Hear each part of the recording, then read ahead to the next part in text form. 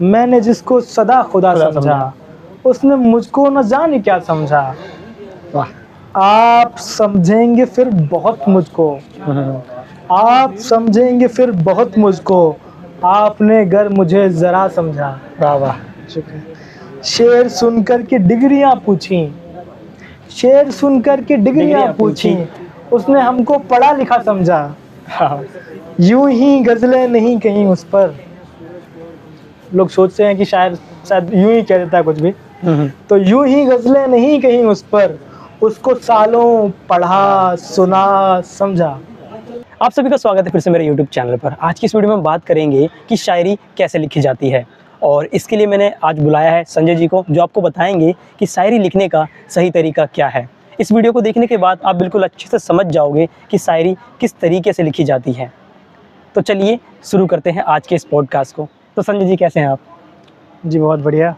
तो तैयार है आज के पॉडकास्ट के लिए? जी बिल्कुल, बहुत ज़्यादा। हमारे जो दर्शक है वो बहुत ज़्यादा इच्छुक है ये जानने के लिए कि वो किस प्रकार से शायरियाँ लिख पाएंगे, क्योंकि उन सबको पता तो है, उनके मन में भाव आता है, सबका मन करता है कि हम कुछ ना कुछ लिखें, पर उन्हें पता नहीं होता, कुछ नियम होते हैं आई थिंक शायरी इसमें लिखने के लिए, उस हिसाब से वो चीज़ें ढलती है। बिल्कुल, उनको नहीं पता होता इन सब चीज़ों के बारे में, और पता भी कोई बताता भी है तो ठीक से समझ नहीं आता। क्योंकि वो बहुत कठिन होता है, जो जिस तरह से उस्ताद समझाते हैं या जिस तरह से जिस वैज्ञानिक ढंग से होता है वो सब बहरें या अन्य थिंग, वो बहुत ज़्यादा कॉम्प्लिकेटेड होती हैं। लेकिन अगर मैं आपको समझाऊँ तो मैं अपने हिसाब से जैसे मैंने सीखा है उसको मैं आपको वैसे बताऊँगा तो शायद आपको समझ में आ जाए। हाँ, इसीलिए हमने आज इसमें कोशिश भी करी है कि किसी ऐसे व्यक्ति को बुलाया है जिसने खुद इन सब चीज़ों को सीखा हो या सीख लिया। उसे मुश्किलें तो पहले सहनी पड़ी होगी, पर लेकिन अब तो उसे आ गया होगा चीज़ें। तो सबसे पहले आप शायरी के बारे में कुछ बताइए। शायरी में बेसिकली बहुत सारी चीज़ें होती हैं। जैसे आप शेर ले सकते हैं, गज़ल ले सकते हैं, और नज़्में भी शायरी में कही जाती हैं, कता भी होते हैं। आप पूछिए जहाँ से आप पूछना चाहते हैं इसके बारे में। अच्छा, मान लीजिए सबसे पहले कोई व्यक्ति है, वो शायरी लिखना चाहता है, तो आप उसे क्या सलाह देंगे कि किस प्रकार से वो लिखे? क्या क्या कैसे शुरुआत करें? क्या चीज़ें जो है तो समझनी चाहिए? जैसे मान लीजिए मेरे को शायरी लिखना बिल्कुल नहीं आती, अब मैं शायरी लिखना सीखना चाहता हूँ, आप मुझे क्या क्या कैसे सिखाएँगे? पहले आपको उसके बारे में जानना पड़ेगा, शायरी में होता क्या है बेसिकली। जी बिल्कुल, बताइए मेरे को। जैसे आपको शेर से शुरुआत करते हैं। सबसे ज़्यादा जो इकाई है वो शेर से शुरू होती है। तो शेर बेसिकली एक बात होती है जो आप दो मिसरों में कहते हैं। मिसरे यानी लाइन्स, पहली लाइन दूसरी लाइन। पहली लाइन को हम मिसराए ऊला और दूसरी को मिसराए सानी कहते हैं। तो दो मिसरों से बनके जो लाइन होती है और उसका एक मतलब भी निकलता है, एक बात होती है, उसको हम एक शेर कहते हैं। मिश्रा क्या? मिसरा एक लाइन होती है, और दो जो लाइनें होती हैं अपने आप में पूरी लाइन है। ऐसे नहीं आधी लाइन ऊपर है आधी नीचे है, ऐसे नहीं। दो लाइनें जो अपने आप में पूरी हों और जुड़ के एक बात को क्लियर करें, एक कॉन्टेक्स्ट किसी को क्लियर करें। अच्छा, अगर आप उसको हम शेर कहेंगे। कोई एग्जांपल देंगे तो इसमें जैसे कि पता लगे कि ये लाइन पूरी है, इसमें ये मिश्रा है।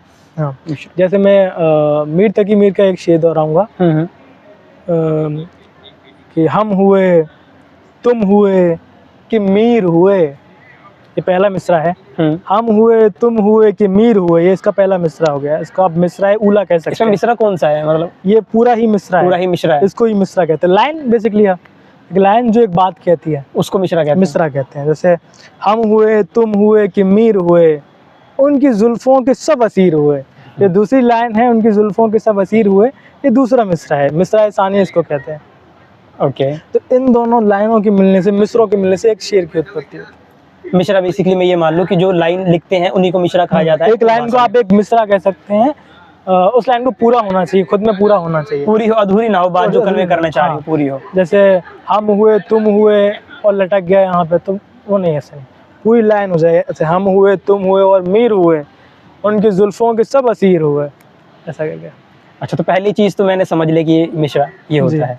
ये शेर दो मिसरों से मिलके एक शेर बन गया, दो मिश्रों से मिलकर एक शेर बन जाता है। ठीक है। इसके बाद आपकी गज़ल आती है।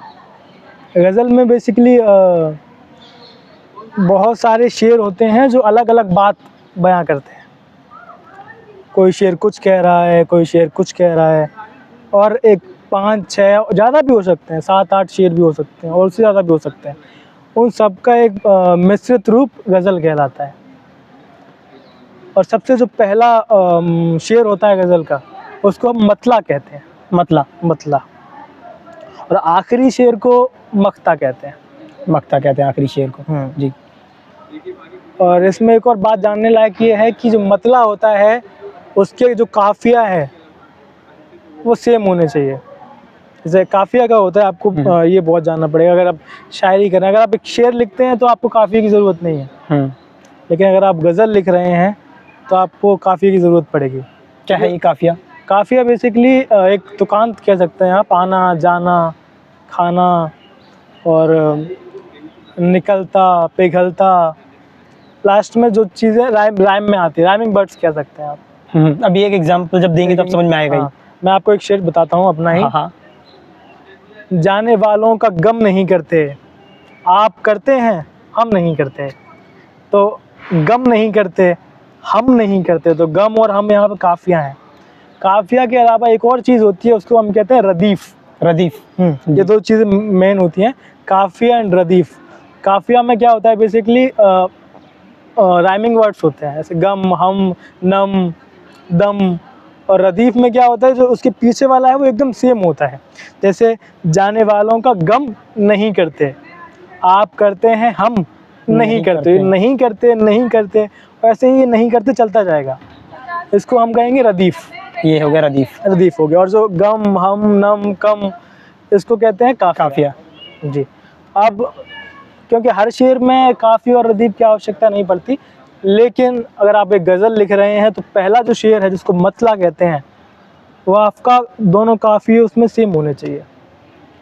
जैसे मैं दोहराता हूँ अपना एक शेर, चाह कर भी न मर सके कोई, या खुदा यूं सितम नहीं करते, पीर ऐसी कि दम कड़ा जाए, ऐसा ज़ब्त आँख नम नहीं करते। तो नम नहीं करते, नहीं करते, नहीं करते, यहाँ पे आपको लगातार देखने को मिलेगा। तो जो ये नहीं करते, जब तक आपका गज़ल चलेगी तब तक ये नहीं करते नहीं करते चलेगा। लास्ट में जो आ रहा है, इसे आपने क्या बोला था? ये रदीफ है। ये रदीफ है। और एक काफिया बताया था तुमने। काफिया हम, गम, कम, नम, पीर ऐसी, इन शब्दों को काफिया कहते हैं। हम कम गम। काफिया बेसिकली राइमिंग वर्ड्स होते हैं। क्लियर, इतना ठीक है? Rhyming words. इसे और आसान भाषा में बोले तो मतलब तुकांत शब्द, तुकांत टाइप, जाना आना खाना, थोड़ा बहुत। हाँ, तो ये काफिया हो गया। काफिया होते हैं। इसमें भी बहुत डीप भी होता है, थोड़ा गड़बड़ी भी हो जाती है, और अलग तरह के काफिये भी होते हैं। जैसे किसी के काफिये में लास्ट में ना आ रहा है तो आपने ना पहले जोड़ दिया तो वो थोड़ी डीप चर्चा हो जाएगी। और कोई नॉर्मली रखते हैं, ज़्यादा हो जाएगा, कहेंगे भाई ये शायरी लिखना छोड़ो, ऐसे ही ठीक है मेरा। हाँ, तो इतना समझ लिया आप। ये काफिये होते हैं। ये रदीफ जो सेम होता चला आता है, उसको रदीफ कहते हैं। तो एक गज़ल में जो पहला शेर है जिसको मतला बोलते हैं, पहले शेर को गज़ल के पहले शेर को मतला बोला जाता है। मतलब पहले शेर को मतला कहते हैं, याद रख लीजिए आप। और अंतिम जो शेर होता है तो उसको मख्ता कहते हैं। मख्ता कहते हैं। मख्ता में ये होता है, अधिकतम जो शायर होते हैं वो अपना नाम दोहराते हैं, और कुछ मख्ते में खास बात नहीं होती। अंतिम शेर को मख्ता कहते हैं, जिसमें शायर अपना नाम दोहराते हैं। जैसे शऊर जी का एक शेर है कि दोस्त तुझे कहता हूँ, शायर नहीं कहता शऊर, दोस्ती अपनी जगह है, शायरी अपनी जगह। तो उन्होंने यहाँ पे अपना नाम लिया। और मेरे एक भाई हैं अनुराज, उनका एक शेर है, अनुराज अपने द्वार पे है किसकी बद्दुआ, अनुराज अपने द्वार पे आमद नहीं कोई। तो ये इनका मख्ता है, जो अंतिम गज़ल का अंतिम शेर है, उसमें उन्होंने अपना नाम इस्तेमाल किया है, इसको मख्ता बोलते हैं। अच्छा, अगर ये जो आपने इतनी सारी टर्म्स बताए, मख्ता, काफिया, ये सब, अगर इसमें से मतलब कि ये आएंगे उस किसी व्यक्ति को, तभी वो शायरी लिख पाएगा। इनको जानना शायरी के लिए बहुत ज़रूरी है। और आप उनको शब्दों में याद रखने की बजाय सिर्फ समझ जाएं कि ये ऐसा होता है, तो उसको याद रखने की कोई ज़रूरत नहीं है कि रदीफ यहाँ करना है, काफ़िया यहाँ, इतनी याद रखने की ज़रूरत। तो चलिए एक मान लीजिए, एक प्रैक्टिकल अगर वे में देखें, किसी के मन में कुछ आया लिखने के लिए, कोई विचार सा आया, तो अब वो किस तरीके से इन जो भी चीज़ें आपने बताई, ये सब जो भी टर्म्स बताए शायरी लिखने के लिए, इनका किस तरीके से वो प्रयोग करेगा, मतलब किस तरीके से ध्यान में रखेगा। जैसे मान लीजिए उसके मन में कोई विचार आया, जैसे आपके मन में मान लीजिए कोई शायरी लिखने का विचार आया, तो उसे किस तरीके से ढालेंगे इन सब चीज़ों के हिसाब से। पहले तो शेर कहने के लिए आपको बहर का नॉलेज होना चाहिए। बहर सबसे ज़रूरी चीज़ बहर होती है। काफिया रदीफ एक बार ना भी हो तो वो शेर रह जाएगा आपका, अलग अलग शेर हो जाएंगे, लेकिन जो बहर है सबसे इम्पोर्टेंट चीज़ है। बिना बहर के अगर आप लिखेंगे तो उस्ताद शायरी के बड़े लोग हैं उसको खारिज कर देंगे, मान्यता नहीं देंगे। तो बहर को जानना बहुत आवश्यक है। तो बताइए।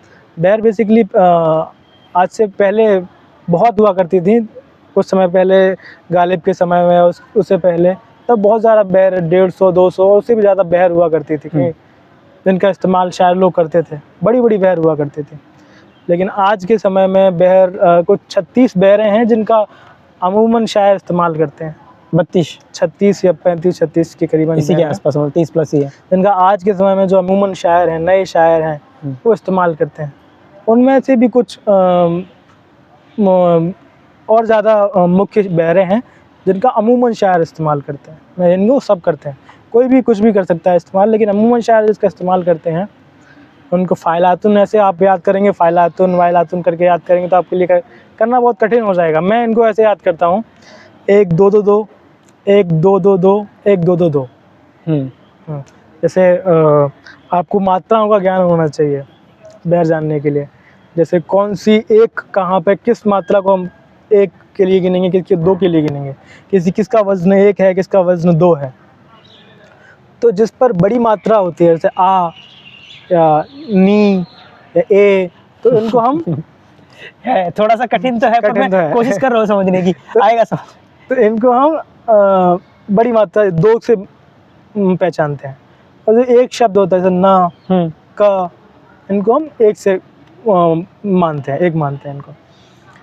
और शायर जब लिखने लगता है पहले कोशिश करने के बाद तो अपने आप जान जाता है कौन सी मात्रा बोल के जान जाता है कि कहाँ वज़न, किसका वज़न 1 है, किसका वज़न 2 है। जैसे वज़न 1 2 से क्या वज़न यानी उसका भार, शब्द का भार क्या है। जैसे मैं बोलूँ शेर, तो शे जो है उस पर मात्रा चढ़ी हुई है तो वो 2 है, लास्ट में जो रा बच रहा है वो 1 है, तो मैं इसको 2 1 गिनूँगा। जैसे मैं अपने एक शेर बताऊं, किसी के हाथ में आया नहीं फिर, आप कैसे गा के भी कर सकते हैं इसको, किसी के हाथ में आया नहीं फिर, किसी के हाथ से छूटा हुआ मैं, ये मेरा एक शेर है। तो इसमें जो के है, के, वो उसका वज़न 1 है क्योंकि इसमें छोटी मात्रा है। और सी, किसी, तो इसका वज़न 2 है, तो 1 2 के हा, तो इनका क्योंकि बड़ी मात्राएं हैं तो इन पर 2 2 वज़न है। के पर 1, सी पर 2, हा पर 2, और ऐसे 1 2 2 हो जाएगा। फिर हाथ में आया तो वहाँ पर भी 1 2 2, नहीं फिर वहाँ पर भी 1 2 2। तो इन मात्राओं का ध्यान रखने से और गिनने से तभी आपकी बहर बनती है। यही बहर होती है। कितनी लगानी है उसमें, जैसे मान लो मैंने गिन लिया, इसमें इतनी, चलो इसमें 13 थी, इसमें 12 थी, तो उससे क्या हुआ? यही आपको लगाना पड़ेगा। जैसे आप कोई भी बात फिक्स कितना लगाना होता है वैसे, कितनी मात्रा की होती है? अलग अलग मात्रा, अलग अलग बहरें अलग अलग के लिए अलग अलग होती है। कोई बहर बहुत छोटी है, कोई बहर बहुत बड़ी है। अगर आपको और बड़ी बात कहनी है तो आप और बड़ी बहर ले सकते हैं, और बड़ी तो और बड़ी, आपकी मर्जी है कौन सी बहर आप चुन सकते हैं। तो बेसिकली ये है कि बहर के अंदर मात्राएं फिक्स होती है कि अगर इस वाली बहर में आप लिखेंगे तो आपको इतनी मात्रा अपनी बातों को, अपनी जो बात है, अपना ख्याल उसे घटाना पड़ सकता है, बढ़ाना पड़ सकता है, हाँ, उस बहर के हिसाब से। और इसी के लिए आपने बताया ये काउंट करने का सिस्टम कि छोटी मात्रा हो तो 1, 2 मात्रा लगी हो तो 2, तो ये हो गया बहरों का ज्ञान। तो ये तो कई सारी होती है। तो सबसे पहले उसे शायरी लिखने के लिए पहले इन्हीं को समझना पड़ेगा, करना पड़ेगा। हाँ, बेसिकली 2-4 बहरें जो ज़्यादा शायर इस्तेमाल करते हैं। मैं हाँ, तो कुछ नहीं कहूँगा, बताइए। हाँ, एक आधी तो मैं भी जिनका इस्तेमाल करता हूँ वो ये हैं। मैं बहुत ज़्यादा डीप कहीं जाता नहीं हूँ, मैं वही जो 4-6 बहरें हैं मैं जिनका इस्तेमाल करता हूँ। वो है पहली 1 2 2 2 1 2 2 2 1 2 2 2। ये टोटल कितनी है? 1 बहर है ये। इसका पहला मिसरा भी आपको इसी में लिखना पड़ेगा, दूसरा मिसरा भी इसी में लिखना पड़ेगा। अच्छा, बिल्कुल एकदम। किसी के हाथ में आया नहीं फिर, किसी के हाथ से छूटा हुआ मैं, ऐसे करके। इस क्या नाम था इस वाले का? इसका नाम है, नाम तो मैं भूल जाता हूँ, नाम मैंने याद नहीं किया। अच्छा, ये बहुत कॉम्प्लिकेटेड नाम है उनके, फ़ाइलातुन और ये वो, तो नाम की मुझे कोई ज़रूरत नहीं लगी याद करने की। हालांकि लोग उससे खफा भी हो सकते हैं, लेकिन मैं शायरी सीखने वालों को बोल रहा हूँ, आप चाहें तो कर सकते हैं, मुझे इससे कोई एतराज़ नहीं। आप नाम भी याद करें, आप और अच्छे से करें, मैं तो ये कहता हूँ। लेकिन जो बेसिक अगर आप सीखना है तो मैं उसके लिए बता रहा हूँ। नाम की मैंने कुछ ज़्यादा महत्ता नहीं समझी, तो मैंने उसको याद कर लिया, ये ऐसे ऐसे होती है, ऐसे ऐसे होती है। जैसे जॉन सर की एक बहर है, 2 1 2 2, 1 2 1 2 और 2 2।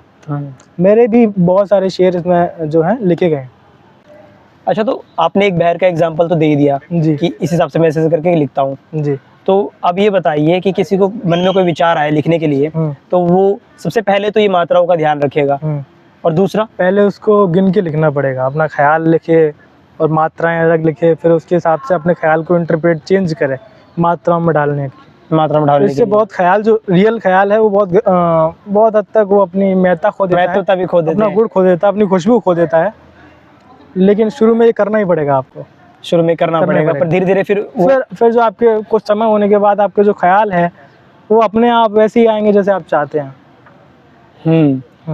अब मुझे कॉपी पेंसिल लेके नहीं बैठना पड़ता, शुरुआत में मुझे बैठना पड़ता था। अब ख्याल आते हैं तो मैं अब उनको अपने दिमाग में ही कर लेता हूँ, अपने दिमाग में ही जो कैलकुलेशन है करके शेयर बना के फिर वैसा वो करता हूँ। तो ऐसा है, जो रियल ख्याल होता है वो बहर में जाते जाते अपनी थोड़ी कुछ छोड़ देता है, खो देता है, लेकिन ये होता है तो होता है। तो ये जो बताया बहर, ये शायरी लिखने के लिए इम्पोर्टेंट है। अगर कोई चाहता हो कि मेरे को इन मात्राओं का ध्यान न रखना पड़े, जो मेरे मन में आ रहा हो उसी को मैं अच्छे से लिखूं इस तरीके से, और वही उस तरीके से मतलब कुछ हो जाए उस हिसाब से, अगर बहर का ध्यान ना रखे तो वो क्या कहलाएगी, फिर शायरी नहीं तो क्या हो जाएगी वो? देखिए, अगर आप नज़्म लिखते हैं तो एक नसरी नज़्म होती है जिसमें बहर की कोई पाबंदी नहीं होती। कोई कितनी मात्राओं का यूज़ करो, हाँ, कुछ भी, कितना भी बड़ा कुछ भी लिखो, कोई बहर नहीं, कोई काफिया नहीं, कोई रदीफ नहीं। लेकिन उस्ताद लोग उसे खारिज करते हैं, उसकी आलोचना करते हैं। लेकिन बहुत सारे लोग हैं जो आज के समय में जो नसरी नज़्म लिख रहे हैं, और कोई दिक्कत नहीं, बहुत सारे लोग लिखते हैं। नज़्म एक तरीके से फिर कविता ही होगी। हाँ, लेकिन नज़्म में भी देखो क्या होता है। नज़्म बेसिकली, मैं आपको नज़्म बताऊँ क्या होती है। एक नज़्म में एक टॉपिक होता है, उसके इर्द गिर्द पूरी कहानी रची बसी होती है। अच्छा, आपको जहाँ से जो बात शुरू करनी है, अंत भी आपको उसी बात पे करना पड़ेगा। ऐसा नहीं कि आप एक बात को लेके चले और ख़त्म होते होते जाने कहाँ कहीं दूसरी बात बता रहे हैं। आप जो एक बात को लेके, जैसे महबूबा को लेके चलेंगे तो अंत में भी महबूबा भी ख़त्म करेंगे। और नज़्म में जो है, नज़्म में भी जैसे बहर है, जैसे गज़ल में बहर का इस्तेमाल होता है, नज़्म में भी कर सकते हैं आप। अगर बहर का इस्तेमाल तो होगा ही, लेकिन अगर आप काफ़िया और रदीफ़ का इस्तेमाल ना करना चाहें नज़्म में, तो आपको छूट है इसकी। अच्छा, तो चलिए आपने जितनी बातें बताई, अब उसको अगर मैं आपको समराइज़ करना हो, जैसे कोई व्यूअर्स हमारे देख रहे हैं और मैं भी देख रहा हूँ, जैसे आपने मेरे को भी समझाया चीज़ें, तो वो क्या रहेंगी कि ये चीज़ें शायरी लिखते वक्त आपको अगर कभी लिखने जाओ तो क्या है? सबसे पहले शॉर्ट में बिल्कुल। सबसे पहले आप जो बहर है, बहर सबसे बहर ही सीखनी पड़ेगी। बहर सीखे बिना अगर आप शायरी करते हैं तो उस्ताद लोग आपको खारिज कर देंगे, या शायरी के जानने वाले आपको नहीं सुनेंगे। तो पहले जो भी मेरे मन विचार आए उसे मैं अपनी बहर के अंदर फिट करूँ। हाँ, सब चुन के। आज के समय में ओपन माइक का जो सिस्टम चल गया है, कोई भी कुछ भी तुकांत लगा के कुछ भी बोल देता है और उसे लोग शायरी समझते हैं। तो रियल शायरी नहीं है। तो रियल शायरी है, उसमें बहर होना बहुत ज़्यादा आवश्यक है। ठीक है, और उसके बाद जैसे मान ली मैंने लगा दी, उसमें फिट कर दिया, फिर फिट करने के बाद अगर आप एक शेर कह रहे हैं तो वो एक शेर कंप्लीट हो चुका है, कोई दिक्कत। 2 लाइन हो गई, ठीक है। काफ़ी अदीब की भी कोई आवश्यकता नहीं है। लेकिन अगर आप एक गज़ल कह रहे हैं तो गज़ल में जो है आपको काफ़िया भी देखना पड़ेगा और आपको रदीफ़ भी देखनी पड़ेगी। काफ़िया लगातार चेंज होता रहेगा और रदीफ़ वही रहेगा। काफिया पैटर्न को नहीं बताना, पैटर्न को नहीं तोड़ सकते। नींद मुझको जो आ रही है, राइमिंग वर्ड्स होते हैं, कम नम गम हम, काफिया वो कहीं गुनगुना रही है शजर, वैसा ही लिखते हैं उसको। जैसे शेर ऊपर से लगाया तो नीचे से इश्क मत करियो, कहना था मैं न कहता था इश्क मत करियो। मैं चाहूंगा कि आप अपने कुछ परदेश जा रही है शजर, शेर सुनाइए। बढ़िया, फेमस। जी जरूर। व्यूअर्स थोड़े जाने की, हाँ भाई ऐसे ही मतलब लिखता भी है, ऐसे ही बोल रहा है बस। जी जी जरूर। उन्हें लगे ऐसे ही सिखा रहा है। तो मेरा एक शेर गज़ल है, इरशाद। इसका मतलब है, नींद मुझको जो आ रही है शजर, शजर मेरा उपनाम है, और ये शेर का जो है रदीफ भी है।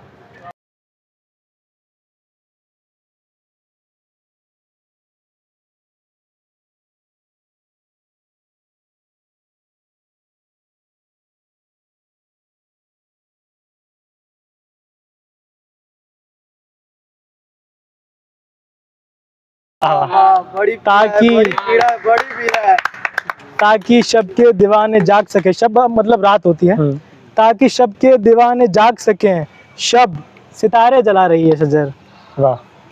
मुझको गुस्सा उतारना है पर मुझको गुस्सा उतारना मुझको है। गुस्सा उतारना है पर वो अभी मुस्कुरा रही है सजर। वाह वाह। मैं कि खुद का नहीं हूँ वो लड़की, मैं कि खुद का नहीं हूँ वो लड़की, मुझको अपना बता रही है सजर। वाह वाह वाह। इसके अलावा आप अगर कोई नज़्म सुनना चाहें तो मैं नज़्म सुना दूं। बिल्कुल बिल्कुल, सुनाइए सुनाइए। हमारे दर्शकों को ये नहीं लगना चाहिए कि ये नहीं लिखते हैं, बस कहीं से अच्छा। बता रहे हैं, इन्हें दिखना चाहिए कि कैसे लिखते हैं। और प्रैक्टिस से वो भी ऐसा कर सकते हैं। है अजियत को पालने वाले, अजियत यानी कष्ट, है अजियत को पालने वाले, हम उदासी संभालने वाले। देख मैं आज सबके दिल में हूँ, देख मैं आज सबके दिल में हूँ, मुझको दिल से निकालने वाले। वाह। और कल ही अगर नहीं आया, और कल ही अगर नहीं आया, जिंदगी कल पे टालने वाले। है अजियत ये इश्क, अद्भुत। है अजियत ये इश्क गर तो आप हैं अजियत में डालने वाले। शुक्रिया बेहतरीन। शुक्रिया। एक मैं आपको एक गज़ल और सुनाता हूँ और नज़्म सुना के ख़त्म करता हूँ। बिल्कुल बिल्कुल, सुनाइए। मैंने जिसको सदा खुदा समझा, मैंने जिसको सदा खुदा समझा, उसने मुझको न जाने क्या समझा। वाह। आप समझेंगे फिर बहुत मुझको, आप समझेंगे फिर बहुत मुझको, आपने गर मुझे ज़रा समझा। वाह वाह। शुक्रिया। शेर सुनकर के डिग्रियां पूछी, शेर सुनकर के डिग्रियां पूछी, उसने हमको पढ़ा लिखा समझा। यूं ही गज़लें नहीं कहीं उस पर, लोग सोचते हैं कि शायर शायद यूं ही कह देता है कुछ भी, तो यूं ही गज़लें नहीं कहीं उस पर, उसको सालों पढ़ा सुना समझा। अंतिम शेर ये है। कर दिया हल किसी सयाने ने, कर दिया हल किसी सयाने ने, मैंने जब तक वो मसला समझा। उनका उन्वान है तो उसको टोकना मत तुम। शुरू करते हैं कि कोई रोए कोई गाए, खुशी में झूमे चिल्लाए, तो उसको रोकना मत तुम, तो उसको टोकना मत तुम उससे कुछ नहीं कहना, बस उसको देखते रहना। वो चाहे टूट ही जाए, उसे संबल नहीं देना, संबल यानी सहारा, सहारा मत देना। वो चाहे टूट ही जाए, उसे संबल नहीं देना। तुम उसके देखकर आंसू उसे आंचल नहीं देना। भले बेकार वो गाए, यूं झूमे वो कि गिर जाए, तो उसको टोकना मत तुम, तो उसको रोकना मत तुम। जब अंतर मौन रह न सके, तब उसको बोलने देना। जब अंतर मौन रह न सके, तो उसको बोलने देना। जो मन की बेड़ियां खोले, कोई तो खोलने देना। वाह वाह। अगर कुछ मौन के हाथों से छूटे छूट जाने दो, अगर कुछ मौन के हाथों से छूटे छूट जाने दो, अगर कुछ जब्त की आंखों से टूटे टूट जाने दो। जब्त यानी जब व्यक्ति को रोना आता है या दर्द होता है तो जाहिर करने के अलावा वो उसे रोकता है, उसको जब्त कहते हैं। अगर कुछ जब्त की आंखों से टूटे टूट जाने दो, कोई तो कर रहा है वो कि जो तुम कर नहीं पाए, कि खुल के हंस नहीं पाए, कि खुल के रो नहीं पाए। न खुल के हंस ही पाए तुम, या खुल के रो नहीं पाए। कोई रोए कोई गाए, खुशी में झूमे चिल्लाए, तो उसको रोकना मत तुम, तो उसको टोकना मत तुम। काफ़ी डीप हो गया ये। अरे अच्छा था, बहुत अच्छा था सच में। जी शुक्रिया। तो इस पॉडकास्ट को भी यहीं ख़त्म करते हैं। आपका बहुत बहुत शुक्रिया, आपने अपना कीमती समय दिया। और आप सब लोगों को मैं शॉर्ट्स के अंदर इनकी जो भी शायरियाँ हैं मैं आपको अलग से बना करके वीडियो में दे दूंगा, जहाँ से आप बिल्कुल आराम से देख सकते हैं उन शायरीज़ को। और आपका मन अगर कर जाए लिखने का तो ये दोबारा वीडियो देख लेना और कोशिश करना कुछ समझने की, तो आप भी लिख पाएंगे वो शायरियाँ। और जो हमने इस वीडियो में बहर की बात करी, आपको बताया था कि 30 से ज़्यादा बहर है, वो सभी के सभी बहर आपको मैं ये डिस्क्रिप्शन में प्रोवाइड करवा दूंगा, आप वहाँ से देख सकते हैं और उसी के हिसाब से अपनी जो भी आपका मन करेगा लिखने का, उसी के अनुसार आप उसको ढाल सकते हैं। जो भी मात्राएं वहाँ पर लिखी होंगी आप देख लेना।